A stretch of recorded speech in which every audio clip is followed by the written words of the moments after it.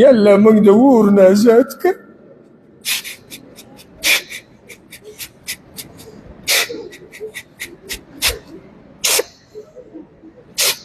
يلا موږ د اور نه آزاد کړه.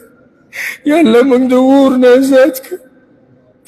يلا چې د دې ورځې د انور ډوبېږي تا موږ د اور نه آزاد کړي وي.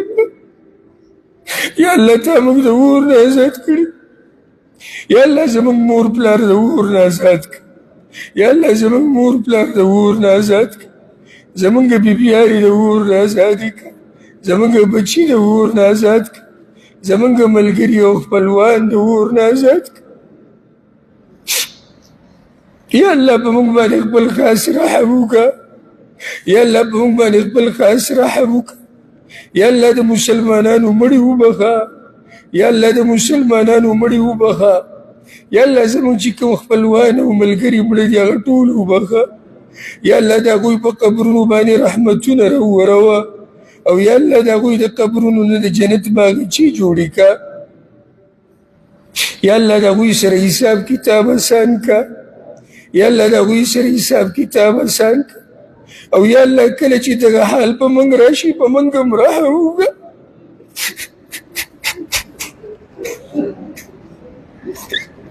يلا کله چې تا ته قبر کې کېږي په موږ باندې رحم وکړه. يلا کله چې موږ تا ته قبر کې یوازې کړي يلا موږ باندې رحم وکړه. يلا زموږ عملنامې موږ له په ښه لاس راکړه. يلا د قیامت په ورځ زموږ مخونه سپین کړه. يلا موږ سره حساب کتاب اسان کړه. يلا موږ په پل صراط باندې واړوه. يلا موږ ته د رسول صلی الله علیه وسلم ګاونډیتوب راکړه. يلا د پیغمبر سپارش زموږ نصیب کړه. يلا د هغه د حوض کوثر نه اوبه را نصیب کړه. يلا د پیغمبر د جنډې لاندې مړه پاڅوه. يلا د پیغمبر تابعدار وګرځوه. يلا موږ د قبر د عذاب نه وساته. د آخرت د سختونه موږ وساته يلا او يلا موږ ته خپل دیدن نصیب کړه. يلا موږ ته خپل دیدن نصیب کړه. يلا موږ ته خپل دیدن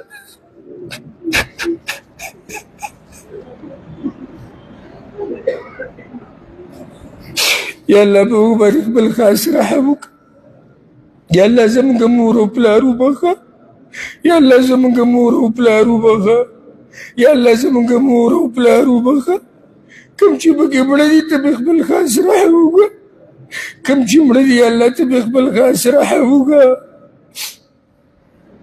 يلا هغوی چې زموږ کوم تربیت کړی دی يلا ته ورله د هغې اجر ورکړه. يلا داسې رحم پرې وکړه لکه موږ یې چې واړه رالوی کړي یو. يلا داسې رحم پرې وکړه لکه موږ یې چې واړه رالوی کړي یو. يلا کوم چې پکې ژوندي دي هغوی له برکتي ژوند ورکړه او هغوی له روغ صحت ورکړه. يلا هغوی له روغ صحت ورکړه. يلا زموږ ټولو آخره خاتمه په ایمان کړه. يلا زموږ آخره خاتمه په ایمان کړه او آخرنۍ خبره د دنیا نه زموږ لا اله الا الله وګرځه او يلا موږ په هغه ورځ مړه کړه چې کله ته زموږ نه راځي.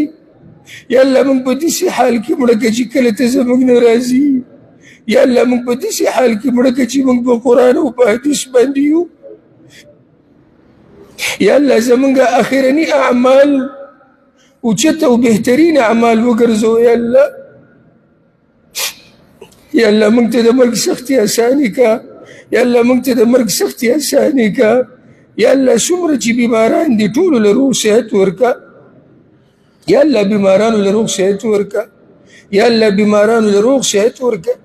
يلا چا چې موږ ته دعاګانو درخواستونه کړي دي په هغه ټولو باندې خپل خاص رحم وکړه. يلا په هغه ټولو باندې خپل خاص رحم وکړه او يلا خصوصا په مسافرو باندې خپل رحم وکړه. يلا په مسافرو باندې خپل رحم وکړه. يلا په مسافرو باندې خپل رحم وکړه. يلا د دوی چې کوم حاجتونه دي هغه پوره کړه. يلا د دوی قرضې ختمې کړه. يلا دوی روغ رمټ کورونو ته ورسوه. يلا د دوی زړونه خوشحاله کړه. يلا د دوی د زړونو نه غمونه لرې کړه. يلا دوی د غمونو نه وساته. يلا دوی د غمونو نه وساته. يلا دوی د فتنو او د هر شر او مصیبت نه وساته. يلا زموږ بچي نیک عمل رالوی کړه. يلا زموږ بچي نیک عمل رالوی کړه.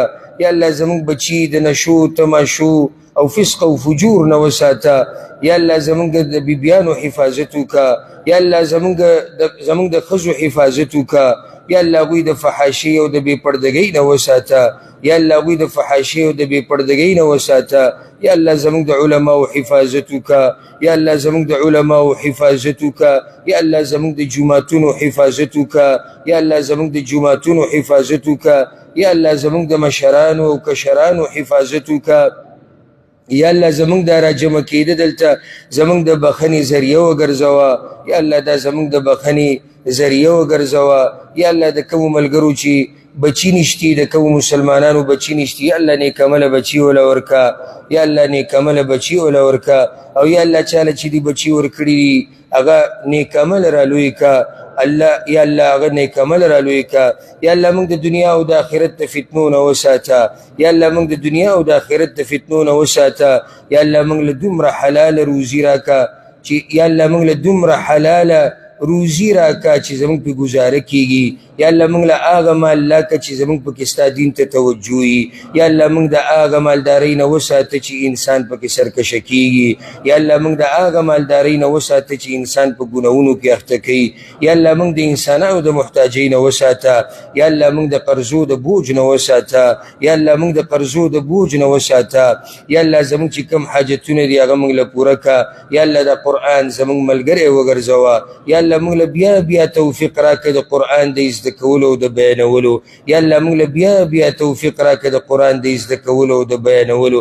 یا الله د قرآن سره د پاسه 2 میاشتې ما بیان کو. یا الله که دې کې څه کمې زیاتې شوی یا الله ما ته بخښنه وکړه. یا الله که څه کمې زیاتې شوی ما ته بخښنه وکړه. یا الله د قرآن حق موږ نشو ادا کولی. یا الله لږ کوشش هم کړی دی که څه کمې زیاتې شوی موږ ته بخښنه وکړه. یا الله موږ ته بخښنه وکړه. یا الله قصدن به مې غلطه نه ویلي خو که خطا شوی یم یا الله په ما باندې خپل رحم وکړه. یا الله په هغه خطا مې مه رانیسه. یا الله په هغه خطا مې مه رانیسه. یا الله په دې عمل کې زما مور پلار زما سره شریک که. یا الله په دې عمل کې زما مور پلار ما سره شریک که. ځکه چې یا الله هغوی ما ته ستا دا کتاب ښوولی دی، هغوی ما ته ته ښوولی او ستا دا دین یې راته ښوولی دی. یا الله په هغوی باندې خپل خاص رحم وکړه. یا الله دا روژه په موږ باندې بار بار راوله. یا الله دا روژه په موږ باندې بار بار راوله. یا الله دې مجلس کې چې څومره خلک ناست دي او څوک یې ومیني او څوک یې موري، یا الله هغوی په رحمتونو کې ډوب کا. یا الله هغوی په رحمتونو کې ډوب کا. یا الله هغوی په رحمتونو کې ډوب کا. یا الله د هغوی هر قسمه حاجت چې دی هغه یې الله ته پوره کا. او یا الله دا زمونږ اخرنی مجلس د قرآن سره مه ګرځوه.